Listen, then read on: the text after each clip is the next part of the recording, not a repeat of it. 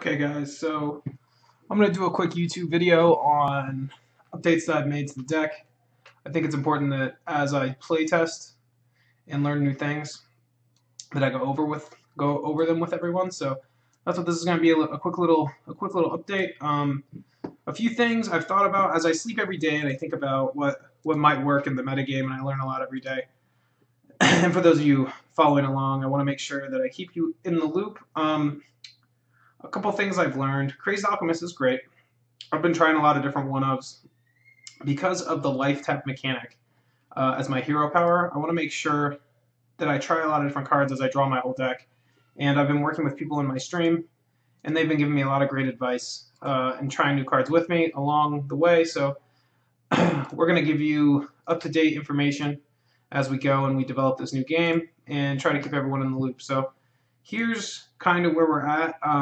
The silence mechanics proved great. The deck is starting to slow down a bit in the early game. I haven't been doing a lot of these Ancient Watcher, Ironbeak Owl aggression starts, and I don't intend to keep that up. So I'm going to plan on building more of a control version and just building more super turns with these giants and planning games in accordance. So my early game is going to be a lot more diverse, and then I'm going to be playing more one-ofs, and I'm going to be trying new cards out, and that's kind of what's going on here. Since Demons has replaced Alexstrasza in an iteration as I've gone forward, Siphon Soul has doubled again. I've gone back up to 2. I've put the Twilight Drakes back in. I now have a Leroy Jenkins, which allows for a lot of great late-game kills out of nowhere, because you often Hellfire them down, and you're getting some early damage in with your aggression. Just as the game trades, and you're going to find room to get 4, 6, 8, 10 damage in, and they're going to end up at 16, 14 a lot, and you're going to be able to Leroy Jenkins, Twilight Drake, Siphon, or Soulfire them. So you're looking to create that combination and get some kills out of nowhere. And Leroy Jenkins does that in some games where you might have to clog through the ground. If they got another turn, be able to taunt up, or they can gain some life with some Earthen Ring Farseers themselves. And so Leroy Jenkins has really proved valuable. Also, one thing he's really powerful for on turn 8+, if you have your Shadow Flame, which, since you're life tapping aggressively early in the game, in general as a basic strategy, you're going to have a higher percentage chance of having these specific one-ofs when they're going to be great. And what you can do after you have 8 mana crystals, you can play him, attack them with him, deal 6, and then use your Shadow Flame with him and kill those tokens, those whelps that they get, and also all their other creatures with 6 or less toughness. And sometimes you're going to have other creatures to make sure, if they have 8 toughness creatures like a Ragnaros or something, to kill as well. You can just attack them now because they've taken 6 extra damage out of nowhere. And that's something that's a really useful surprise to have. So I like the Leroy Jenkins a lot. I've taken out Nat Pagle. He doesn't work as well in this deck for a few reasons.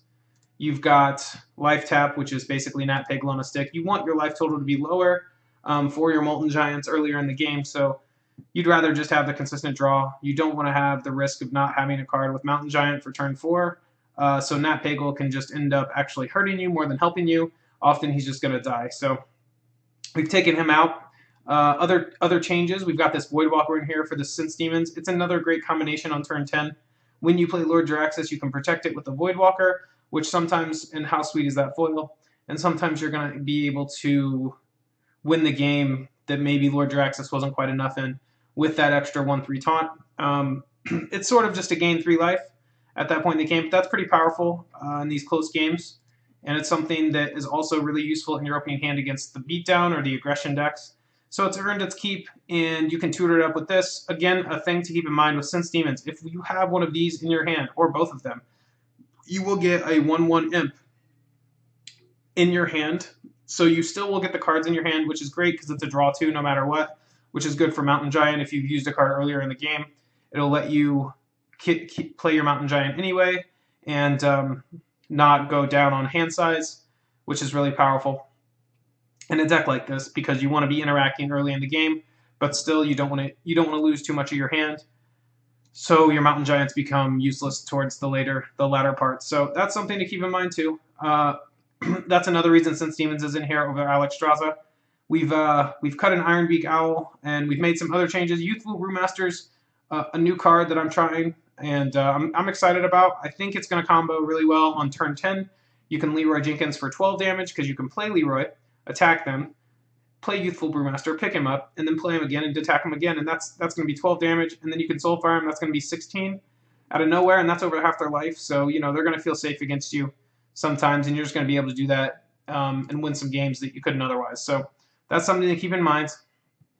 A reason we're trying that. Also, a cool thing that you can do with the Brewmaster, if you have, say, a Twilight Drake or a Mountain Giant and your hand's pretty full, turn 6, turn 7, you can attack into, say, a Chillwing Yeti or another 5/5 creature. Say you Tink Mastered something, they have a 5/5, or they have a Taunt creature, Ancient Watcher, and they have a lot of power, and you don't want to lose that 8 life, 8 toughness. You can often be able to attack into that guy, pick him back up, and play him again. And that's going to be a way to give him a lot of toughness, and that's going to be something to think about too. So Youthful Brewmaster has a lot of options. If you have a taunt creature in play and they're not taunted, your creature's around, but you do need a taunt, you can pick up your taunt creature and then play it again and give some creatures taunt. So that's something else that you're going to be able to do. And it's just going to be a nice utility card. It was a Crazed Alchemist I'm trying in this slot, but now I'm going to try that Brewmaster. So here's an updated list. If you have questions, please feel free to ask in the forums, or go to GwallocksV3 and find our fan page as well. I think it's the GWalls or Gabe Walls, I'm not sure exactly, on Facebook, but you'll be able to find me if you Google it. So do that. So this is where we're at on Gwallocks, one Defender of Argus. And we're going to be testing this list. Come to Twitch, check me out. I'm playing most days 5 p.m. Eastern Standard, usually to 2 to 3 a.m. I mean, I've been playing really long. So follow me on Twitter and find out. I'm making sure to announce things. So this is kind of the deck. I walk through the turns. I can help you. This deck's really hard to play. So I'm talking through my turns and trying to get everyone up to speed on the nuance of things. You just got to bear with me. It's going to take a lot to learn. If you're just picking up the game and you're just trying out decks, I wouldn't suggest starting with this deck. I would suggest starting with something like a Murloc deck or a Hunter deck. And there are a lot of great lists. If you like Warrior, there's a great player named KitKats, KITKATZ, that streams, and I would check him out and watch him play that deck. I think he's going to be playing it great. So there's a lot of great options here. The community is just getting built, so stay tuned and try to be a part of everything as we go forward. So here's the updated list. Again, we haven't made too many changes, but there are some changes here. If you're just getting into the game and you can't get all of these legendaries for this deck, that's okay. The ones that you don't have to have are Blood Mage Thanos, though it is great in the deck. And I do have all the cards. I have spent a few $100s on this game, so I've gotten the cards. I've also done a bunch of arena drafts, and I'm going to be playing this game on the highest level soon. There's going to be a tournament scene. We're going to be playing for lots of money. I can tell, so I am taking this serious. I will have the cards, but you don't have to have them to be competitive. Certainly not when you're just starting. You can play without Tinkmaster, without Blood Mage Thanos, without Leroy Jenkins. If you have to get one for this deck, though, I'd definitely get Lord Jaraxxus. It is your only 9-drop and finisher, but that's only going to work for Gwallocks. If you're going to play a lot of different decks, if you're going to be beat down Leroy Jenkins, if you're not, I suggest Tinkmaster. These are the 2 best cards in the game. That is not a question. And I'll be going forward and teaching as much as I can and learning as well. So come join me on the GWalls Twitch if you like to talk more. Yeah, so this is the current updated list. We've made a few changes. Leroy Jenkins. We've got the Youthful Brewmaster. We've got one Iron Beak Owl, and just things like that. We're going to be going over. We're going to be playing games. We're going to be checking out the metagame and learning a lot. So hope you guys enjoy this update, and that's it.